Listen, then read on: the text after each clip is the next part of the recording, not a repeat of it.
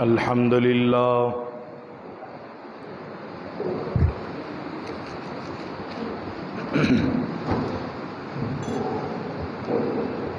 الحمد لله نحمده ونستعينه ونستغفره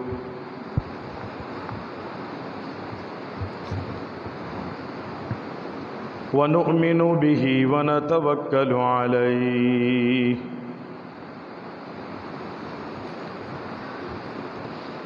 ونعوذ بالله من شرور أنفسنا ومن سيئات أعمالنا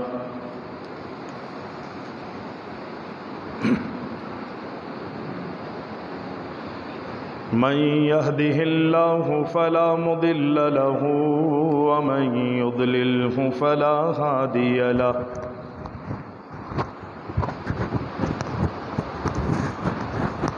ونشهد أن لا إله إلا الله ونشهد أن محمدًا عبده ورسوله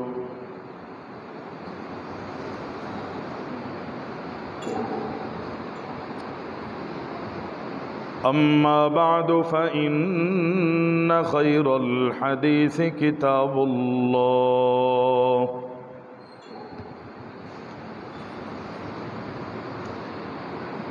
وخير الهدي هدي محمد صلى الله عليه وسلم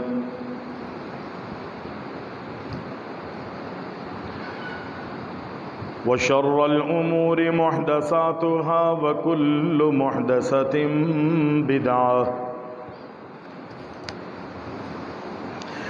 وكل بدعة ضلالة وكل ضلالة في النار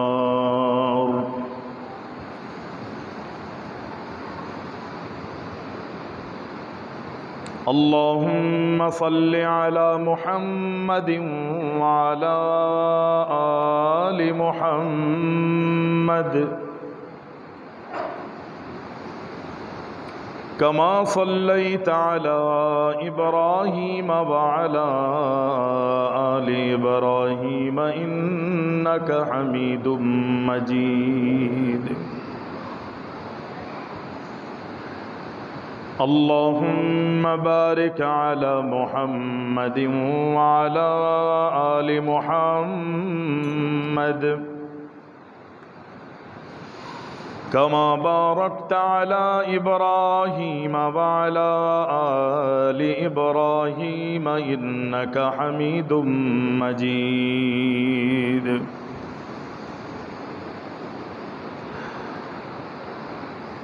اللهم انفعنا بما علمتنا وعلمنا ما ينفعنا وزدنا علما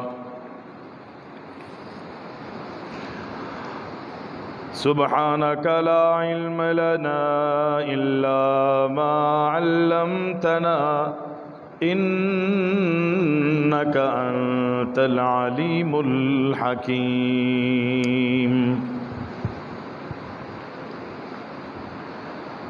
قال الله تبارك وتعالى في القرآن المجيد والفرقان الحميد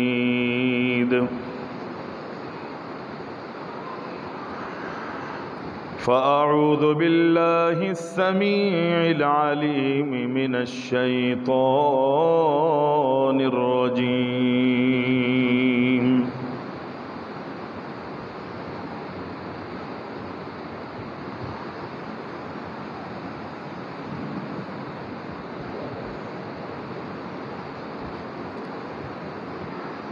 يا أيها الذين آمنوا اتقوا الله حق تقاته ولا تموتن إلا وأنتم مسلمون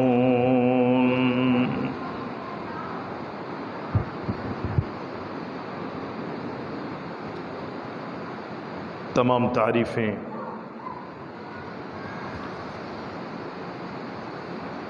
ہر قسم کی حمد و ثنا ہر قسم کی بڑائی، بزرگی، کبریائی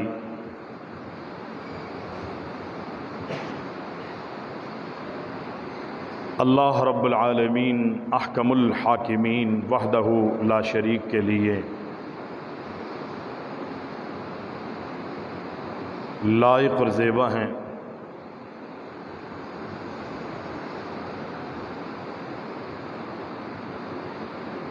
جو اللہ رب العالمین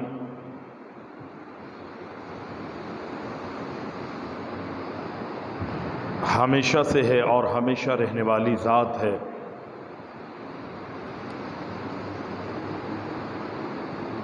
عزت و ذلت کا مالک، ہدایت دینا نہ دینا، عروج عطا فرمانا یا پستیوں میں دھکیل دینا، اگر کسی کا کام ہے تو وہ صرف اور صرف رب العالمین احکم الحاکمین ہی کا کام۔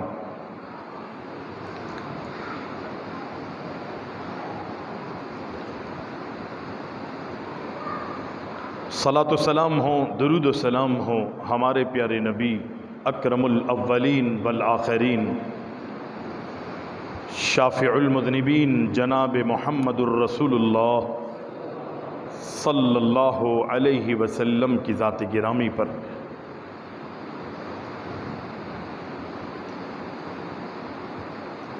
حمد و ثنا اور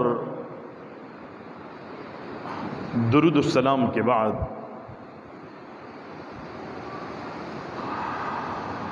قرآن مجید اللہ کی کتاب ہے اور اللہ تعالیٰ نے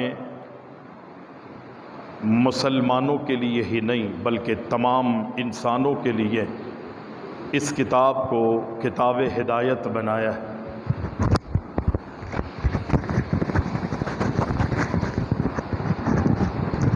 جس نے اس کتاب کو پڑھا، اس پر غور و فکر کیا، تدبر اور تفکر کیا، اللہ تعالیٰ نے ان لوگوں کو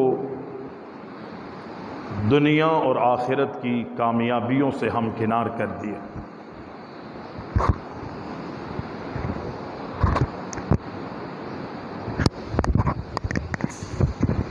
کوئی شک نہیں کہ اللہ تعالیٰ نے اس قرآن مجید کو کتاب ہدایت بنایا ہے۔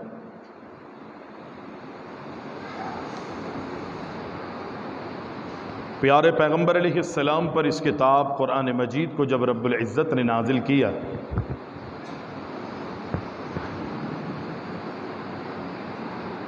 جنہوں نے اس کتاب پر غور و فکر کیا، تدبر کیا، تفکر کیا، اس کے معانی، اس کے مفہوم پر غور و فکر کرنے کے بعد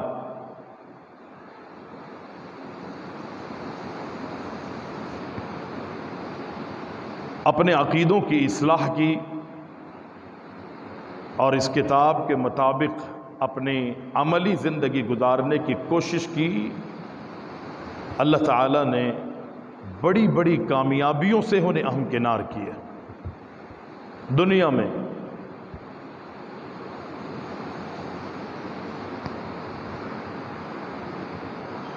جب اللہ کے رسول علیہ السلام دنیا میں تشریف لائے، مکۃ المکرمہ کی سرزمین پہ آپ کو پیدا کیا گیا۔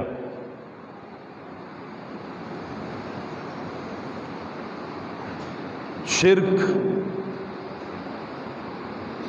ضلالت اور گمراہیوں کا وہ دورہ تھا۔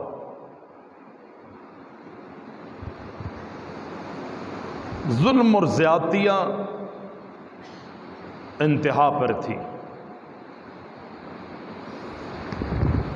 پیارے پیغمبر علیہ السلام لوگوں کو اللہ کی توحید کی دعوت دیتے رہے، لوگوں کو قرآن کی تلاوت کر کے رشد و ہدایت والا راستہ دکھاتے رہے۔ جنہوں نے مانا وہ کامیاب ہو گئے، اور جنہوں نے نہیں مانا اللہ نے ان لوگوں کو عبرت کا نشان بنا دیا۔ اگرچہ مومنین پر کچھ تکلیفیں آئیں، اور وہ تکلیفیں بھی کوئی معمولی نہیں تھی، بہت بڑی بڑی تکلیفیں، انہوں نے صبر کا مظاہرہ کیا، کیونکہ وہ سمجھ چکے تھے کامیابی کا راستہ اگر کوئی ہے تو وہ وہی راستہ ہے جو راستہ محمد الرسول اللہ صلی اللہ علیہ وسلم ہمیں دکھا رہے ہیں۔ صحابہ نے تکلیفیں برداشت کی، مشقتیں اٹھائیں، مال دولت، اپنا گھر بار، اپنی اولادیں، اپنی تجارت، اپنا وطن، اپنی سرزمین، ان ساری چیزوں کی قربانیاں تھیں۔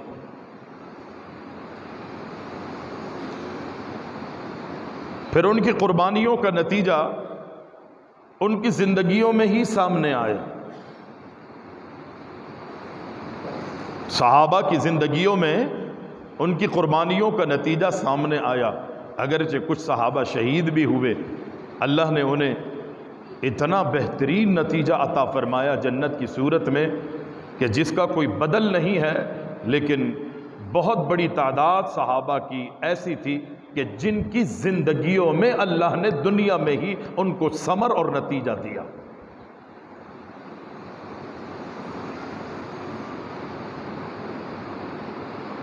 آپ کو اندازہ ہے کہ پیارے پیغمبر علیہ السلام نے جب اللہ کی توحید کے علم کو بلند کیا، لوگوں کو کلمے کی دعوت دی، باطل معبودوں کی پرستش کا انکار کرنے کا حکم دیا، تو مکہ والے آپ کے دشمن ہو گئے، اور ایسی دشمنی پہ آئے کہ اللہ کے نبی علیہ السلام کہ قتل کے منصوبے بنانے لگے، اور ایسے منصوبے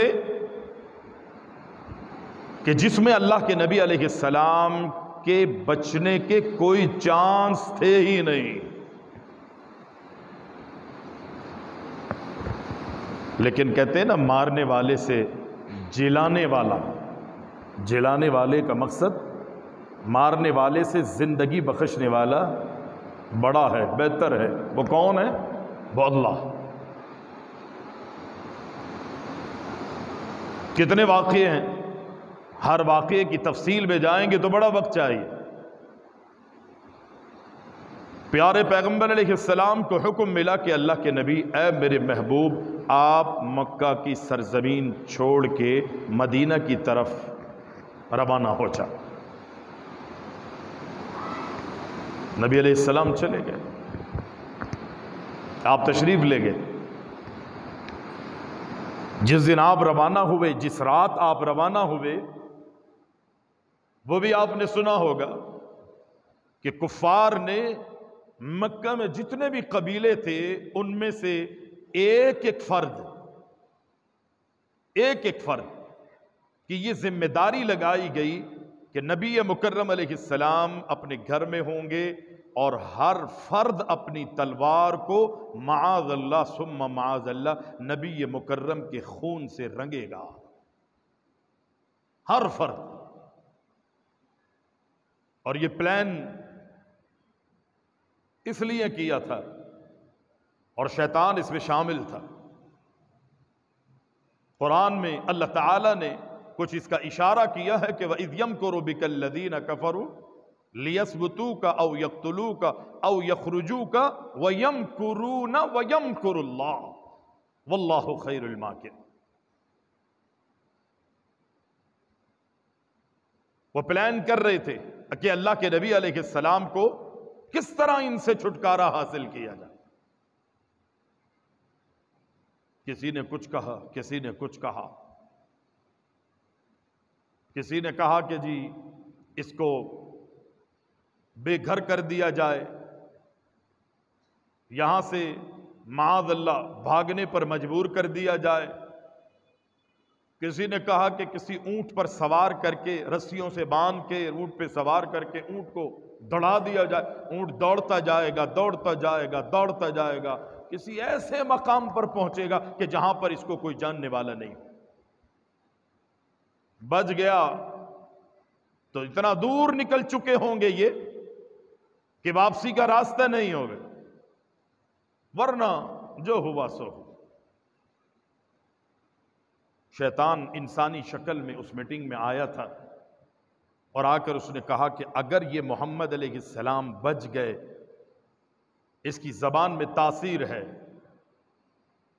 ان کی زبان میں اللہ نے تاثیر رکھی ہے، جس علاقے میں جس زمین پر یہ پہنچیں گے وہاں جا کر اگر انہوں نے اپنی دعوت کو شروع کر دیا اور وہاں پر لوگوں پر اس کی دعوت کا اثر ہوتا رہا، ہوتے ہوتے ہوتے پھر ایک وقت آئے گا کہ یہ محمد علیہ السلام دوبارہ تمہاری طرف رخ کریں گے اور پھر تمہیں نہیں چھوڑنا، اس بہتر یہ ہے کہ ان کو قتل کر دیا جائے۔ یہ شیطان کا مشورہ جو ایک انسانی شکل میں آیا تھا کفار کی مجلس اور ان کی میٹنگ اور ان کی کانفرنس میں، سب نے کہا بات صحیح کہہ رہا ہے۔ یہی طے ہوا کہ ہر قبیلے کا ایک ایک فرد جو ہے وہ محمد علیہ السلام کے معاذ اللہ خون سے اپنی تلوار کو رنگے گا تاکہ کسی ایک قبیلے پر یہ الزام نہ آئے کہ محمد علیہ السلام کو فلاں شخص نے مارا ہے اور اس کا فلاں قبیلے سے تعلق ہے۔ ایسا نہ ہو کہ محمد علیہ السلام کے قبیلے والے، ان کے خاندان کے لوگ اور ان کے گھر کے لوگ اس قبیلے کا فرد یا اس شخص کو قتل کرنے پر بدلے پہ تل جائیں۔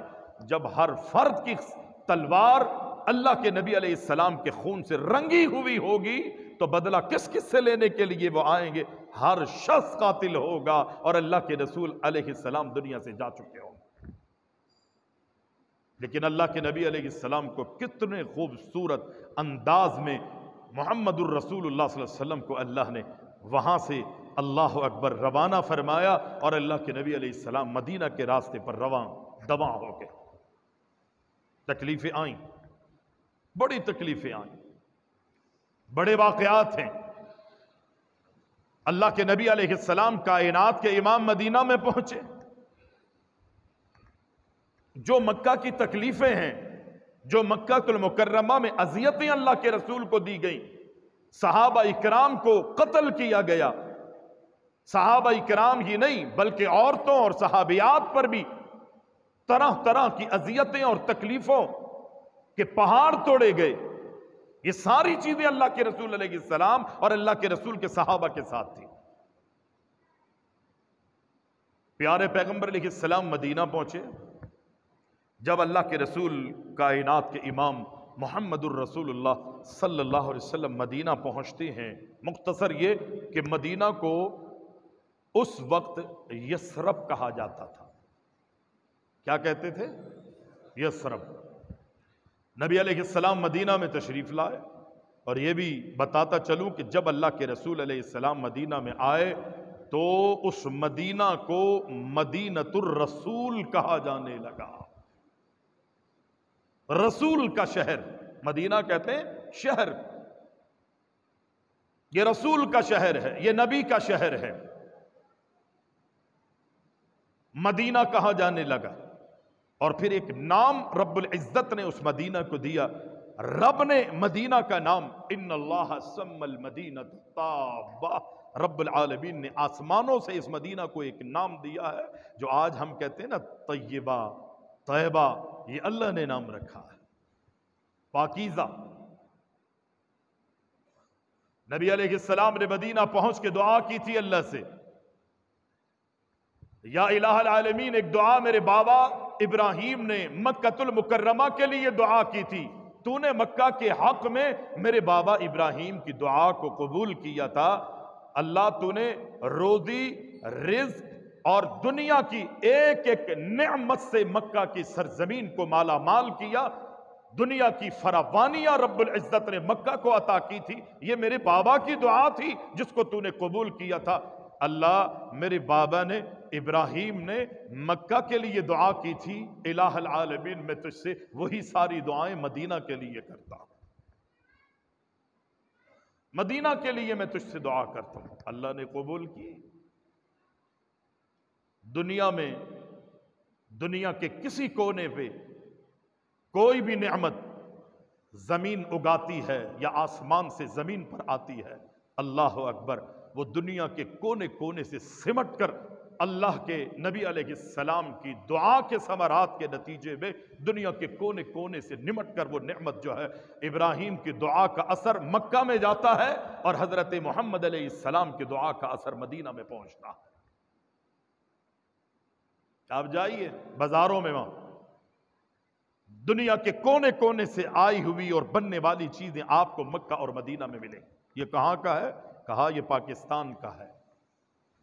یہ کہاں کا ہے؟ یہ ہندوستان سے آیا ہے۔ یہ کہاں سے آیا ہے؟ یہ مصر سے آیا ہے، یہ یمن سے آیا ہے۔ دنیا کی کوئی بھی نعمت ایسی نہیں ہے کہ جو مکہ میں آپ کو نہ ملے، مدینہ میں مہیا نہ کی جائے۔ یہ اللہ کے رسول علیہ السلام کی دعائیں تھیں۔ پیارے پیغمبر علیہ السلام مدینہ میں آئے۔ آج ہم مدینہ کے گن گاتے ہیں، ہمیں گانے ہیں، ہمیں ترانے بجانے ہیں، مکہ اور مدینہ کی تعریف کرنی ہے، یہ ہمارے ایمان کا حصہ ہے۔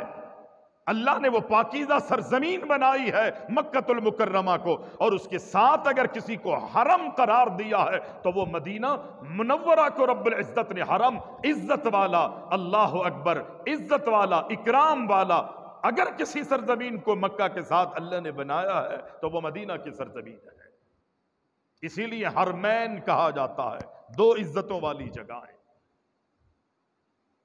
ان کی عزت، ان کا ادب، اس کا احترام ہم پر لازم ہے، ہم پر واجب ہے، یہ ہمارے ایمان کا حصہ ہے۔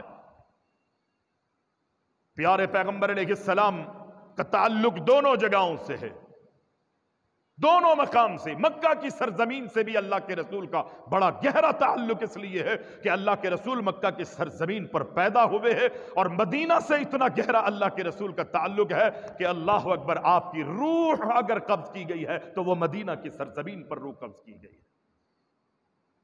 پیدا مکہ میں ہوئے اور تدفین مدینہ میں ہوئی۔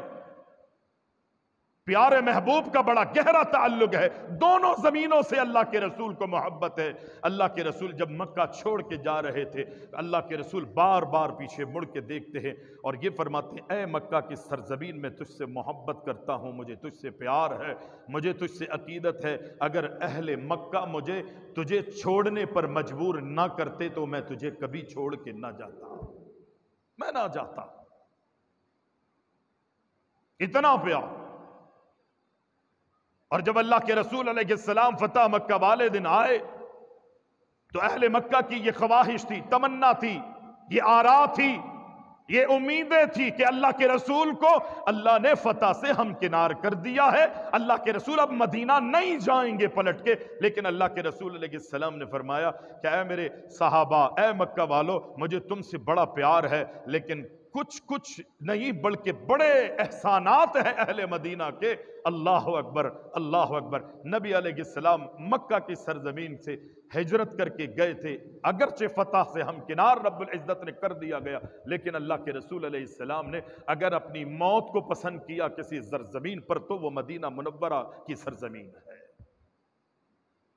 مدینہ والوں کے احسان ہے مجھ پر، مدینہ والوں کے بڑے احسان ہے۔ اللہ کے رسول علیہ السلام نے جہاں دیگر بعض صحابہ میں سے بعض صحابہ کے بارے میں اللہ کے رسول علیہ السلام نے یہ فرمایا تھا کہ ان کے بڑے مجھ پر احسان ہے، میں ان کے احسان کا بدلہ نہیں اتار سکا، وہاں اللہ کے رسول نے فرمایا ان انصار کے مجھ پر بڑے احسان ہے میرے صحابہ، اے میری امت کے لوگوں، میں ان انصار کے احسانوں کا بدلہ ان کو نہیں دے سکا۔ محبت ہے، مکہ والوں سے بھی محبت، مدینہ والوں سے بھی محبت، ادھر ادھر سے دیگر علاقوں سے آنے والوں سے بھی محبت، جو اللہ کے رسول کے دور میں تھے نبی کو ان سے بھی محبت ہے، اور ابھی جو دنیا میں آئے نہیں ہے، آنے والے ادوار میں اللہ کے رسول علیہ السلام کو چاہنے والے ہیں، اللہ کے رسول سے محبت کرنے والے، اللہ کے نبی سے پیار کرنے کے حوالے سے عملی میدان میں اتارنے والے لوگ ہیں، مسلمان ہیں۔ ایک ایک مومن سے اللہ کے رسول محبت کا اظہار کرتے ہیں۔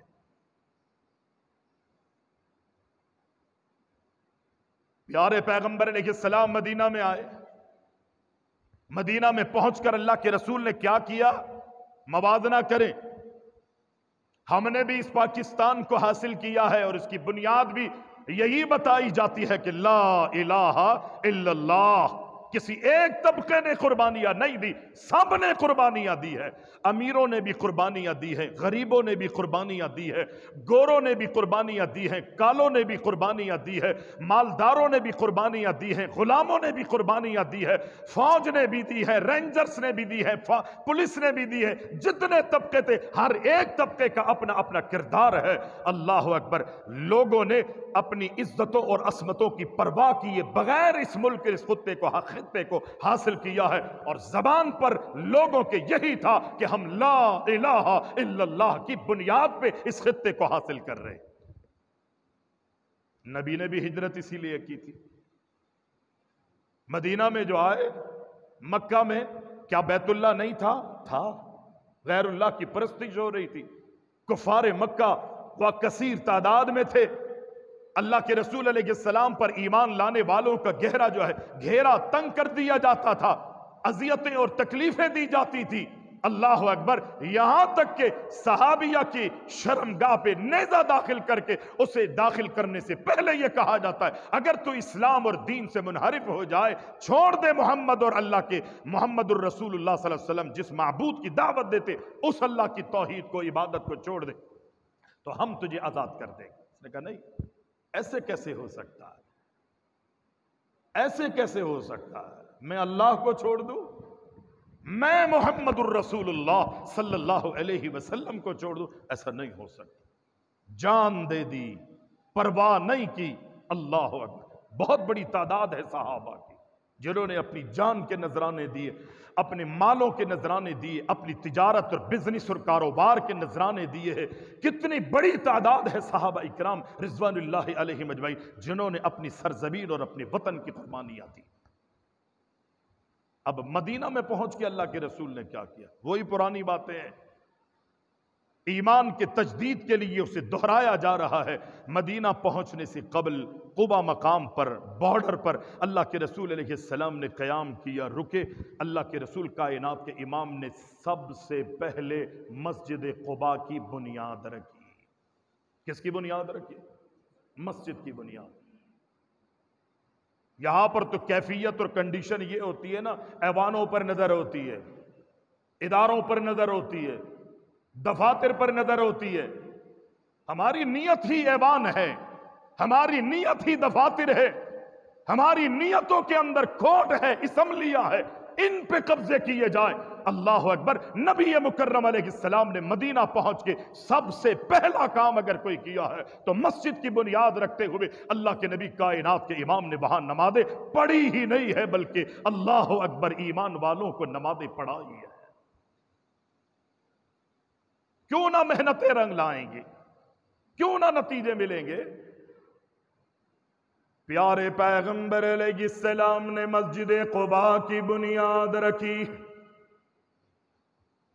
اللہ کے نبی کائنات کے امام نے ایسا نہیں تھا کہ بنیاد رکھی آگے چل پڑے، اللہ کے نبی نے مسجد کی بنیاد رکھے وہاں لوگوں کو نماز پڑھائی، بتایا کہ ہماری زندگی کا مقصد، ہماری زندگی کا مقصد، ہماری پیدائش کا مقصد، ہمارے دنیا میں آنے کا مقصد یہ نہیں کہ ہم فتح سے فتح حاصل کرتے رہے، فتوحات حاصل کرتے رہے، لگے دنیا میں ہمیں کامیابیاں اسلام کے نام پر اور کلمے کے نام پر ملتی رہے، یہ میری تیری کامیابی نہیں۔ اگر اللہ نے ہمیں یہاں پر پہنچایا گئے، اے دنیا والو ہمارا پہلا کام یہ ہے کہ ہم اس جگہ کو بنائیں، اس جگہ کو تعمیر کریں، اس جگہ کی آبیاری کریں، اس جگہ کو آباد کرنے کی کوشش کریں، جگہ پر ہم آزادانہ طور پر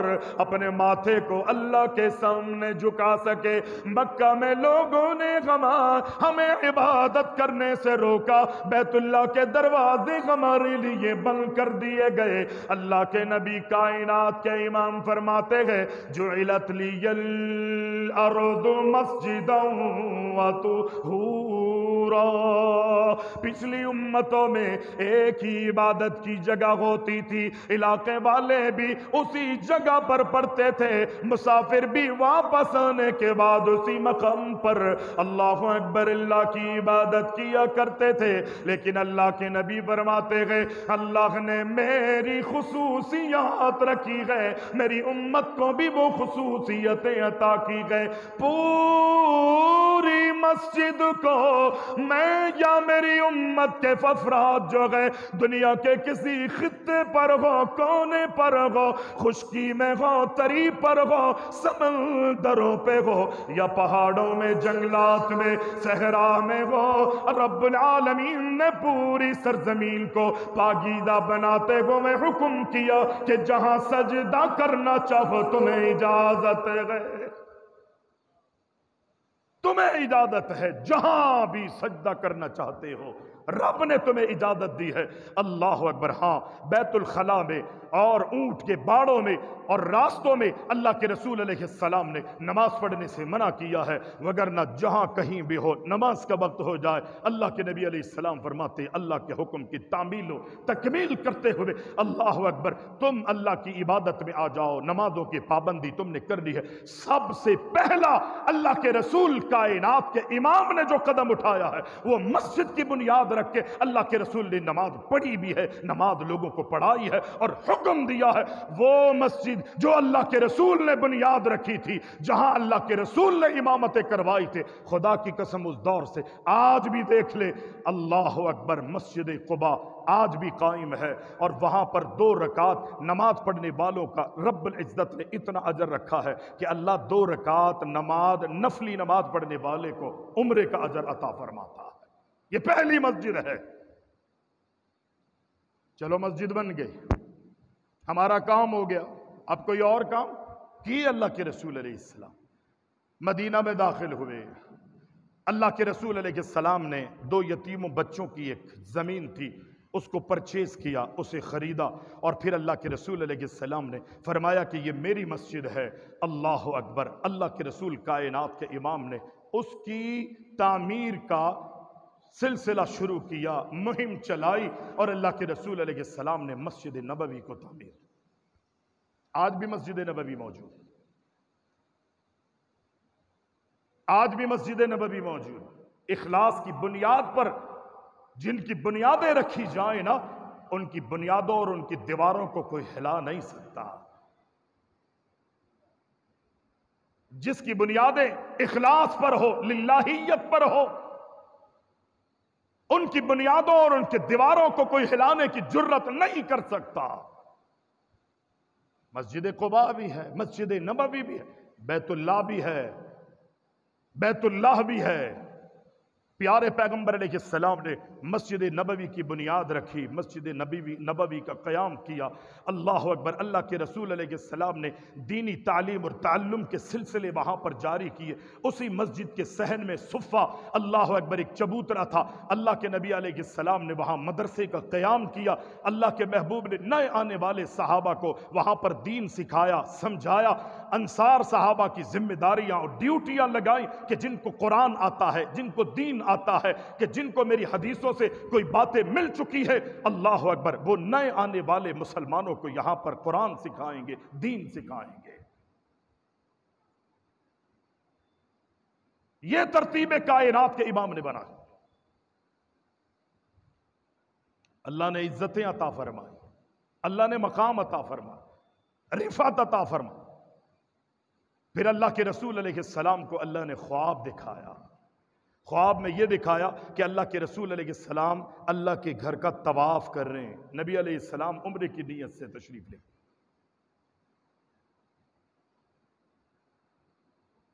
نبی علیہ السلام کو خواب میں رب العزت نے دیکھا، اور نبیوں کا خواب جو ہے نا وہ سچا ہوتا ہے، نبیوں کا خواب وحی ہوتا ہے، حق اور صداقت پر مبنی ہوتا ہے۔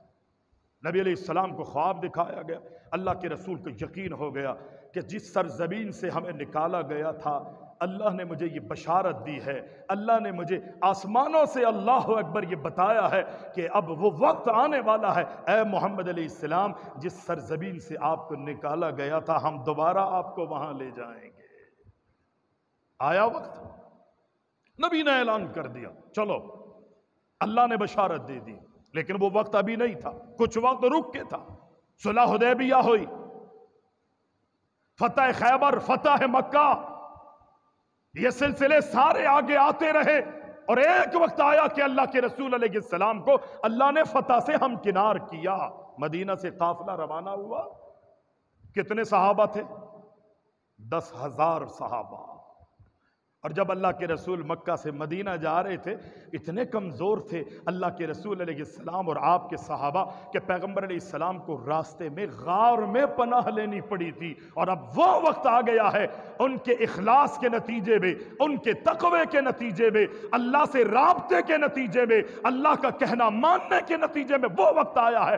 یہاں اللہ کے رسول مدینہ کی طرف گئے تو گنے چنے 2-3 افراد تھے، ابو بکر تھے اور اللہ کے رسول علیہ السلام کی ہستی تھی۔ اور جب اللہ کے رسول فتح مکہ والے دن مدینہ میں اللہ کے رسول قدم رکھتے ہیں تو 10,000 صحابہ، یہ وہ صحابہ ہیں ابھی پورے، یہ وہ پورے صحابہ نہیں، پیچھے موجود بھی ہیں مدینہ میں، صحابیات کی ایک بہت بڑی تعداد، 10,000 صحابہ مدینہ میں آتے۔ اہل مکہ نے دیکھا، بولا آج ہمارا کام ہو گیا، آج ہمارا کام ہو گیا۔ نبی علیہ السلام تشریف لائے، بھگدڑ مچ گئی۔ چند لوگ ایسے تھے کہ اللہ کے رسول علیہ السلام کی آمد پر انہوں نے لوگوں کو ورگلانے کی کوششیں کی، لیکن اللہ کے رسول علیہ السلام نے جب ان کے ان سارے کرتوتوں کو دیکھا تو نبی علیہ السلام نے فرمایا اچھا اب بھی یہ سازشوں سے بعد نہیں آ رہے ہیں، فلاں فلاں فلاں، میں حکم کرتا ہوں کہ یہ جہاں بھی ملے ان کو قتل کر دو۔ اللہ کے رسول فلاں جو ہے وہ بیت اللہ کے دروازے سے، بیت اللہ کی چادر سے چمٹا ہوا نظر آ رہا ہے۔ اللہ کے رسول علیہ السلام نے فرمایا بہت بڑا ظالم ہے، دشمن ہو، اگرچہ یہ بیت اللہ کی چادر اور دروازے سے لپٹا ہوا چمٹا ہوا بھی تمہیں نظر آئے، اس دشمن کی گردن کو تم نے تن سے جدا کر دینا۔ معافی کا اعلان کیا اللہ کے رسول نے، عام معافی کا اعلان، لیکن اس میں اس کو عزت راس نہیں آ رہی تھی، عزت راس نہیں آ رہی تھی۔ آج بھی لوگ ایسے ہوتے ہیں نا، اگر عزت مل جائے، مقام مل جائے تو انہیں عزت اور مقام راس نہیں آتا، وہ پھر بھی کچھ نہ کچھ کرتے رہتے ہیں، سازشوں میں لگے رہتے ہیں۔ نبی علیہ السلام نے عام اعلان کر دیا، چاہیے تو یہ تھا کہ اپنی تلوار کو ڈال دیتا، مسلمانوں کے خلاف لوگوں کو نہیں اکساتا، معافی میں وہ بھی شامل ہو، لا تثریب علیکم اليوم، لوگوں نے کہا کہ آج محمد علیہ السلام ہمیں نہیں چھوڑیں گے، قتل کر دیں گے، ہماری گردنیں کاٹ دیں گے، اللہ اکبر، ہمارا ایک ایک اعضاء جو ہے ہمارے جسم سے جدا کر دیا جائے گا۔ ہم نے ان کی یہ کیفیت کی تھی، آج انہوں نے بھی ہماری یہی کیفیت کر لی، لیکن اللہ کے رسول علیہ السلام نے لا تثریب علیکم اليوم، آج نہ ظلم ہوگا، نہ زیادتی ہوگی، نہ کسی کو تکلیف دی جائے گی، عام معافی کا اعلان محمد الرسول اللہ صلی اللہ علیہ وسلم نے کیا، جس میں ابو جہل کا بیٹا اکرمہ بھی تھا، وہ بھی لوگوں کو اکسا رہا۔ جب اس نے دیکھا کہ اب بچنا مشکل ہے، دوڑ گیا۔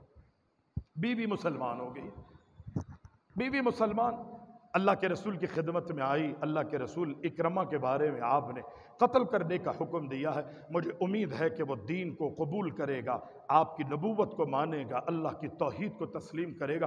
میں سمجھا رہی ہوں، مزید سمجھاؤں گی، مجھے امید ہے اگرچہ یہ آپ کی دشمنی پہ آ کے اس نے لوگوں کو اکسایا، قتال کے لیے، لڑائی کے لیے اکسایا ہے، لیکن اللہ کے رسول تھوڑا سا معافی اور درگزری کر لیجئے۔ اللہ اکبر۔ نبی علیہ السلام نے فرمایا جاؤ اسے سمجھاؤ، سمجھ میں آ گئی ہے تو اس کو میرے پاس لے کر آؤ۔ نبی علیہ السلام کی خدمت میں جب وہ آتا ہے، اللہ کے رسول فرماتے جاؤ اکرمہ، اگرچہ تم نے بہت کچھ کیا ہے لیکن ہم تمہیں معاف کرتے ہیں، جاؤ ہم نے تمہیں۔ پھر بڑے کارنامے اکرمہ کے، بڑا ساتھ دیا اس نے دین کا، اگرچہ ابو جہل کا بیٹا تھا۔ اللہ جس کو ہدایت دینا چاہے۔ ابو جہل کافر تھا، اللہ کے رسول کا دشمن تھا، اللہ کے رسول کے صحابہ کا دشمن تھا، لیکن رب العالمین نے اکرمہ کے بیٹے کو ہدایت عطا فرمائی، اور رب جس کو چاہے ہدایت عطا فرما دے، اور جسے رب ہدایت نہ دے وہ اگر نبیوں کا بیٹا ہی کیوں نہ ہو، نبیوں کی بیویاں ہی کیوں نہ ہو، نبی کا باپ ہی کیوں نہ ہو، رب اگر اسے ہدایت نہ دینا چاہے تو نبی ساری زندگی کوشش کرتے رہے میرے باپ، میری بیوی اور میرے بیٹے کو ہدایت مل جائے۔ خدا کی قسم اسے ہدایت نہیں ملے گی، اور ہدایت دینے پر اگر آئے تو اللہ فرعون کے گھر میں اس کی نوکرانی، اس کی غلام کو ہدایت دے دے، اس کی بیوی کو ہدایت دے دے۔ اللہ اکبر۔ ابو جہل کے بیٹے اکرمہ کو اللہ ہدایت دے دے، نہ دینے پر آئے تو اللہ اکبر ابو طالب کو ہدایت نہ دے، کون پوچھنے والا ہے اسے؟ لوگ لاکھ کہیں کہ ابو طالب جو ہے وہ مسلمان تھا، نہیں تھا مسلمان، کلمہ اسے نصیب نہیں ہوا۔ محبتیں تھی، مودت تھی، الفت تھی، قربانیاں تھی، یہ ساری چیزیں تھی، لیکن ایمان نہیں مل سکا ابو طالب کو۔ پیارے پیغمبر مکہ میں آئے، اللہ کے رسول علیہ السلام نے کیا حکم دیے؟ معافی کا اعلان کیا، آج سب کے لیے معافی ہے۔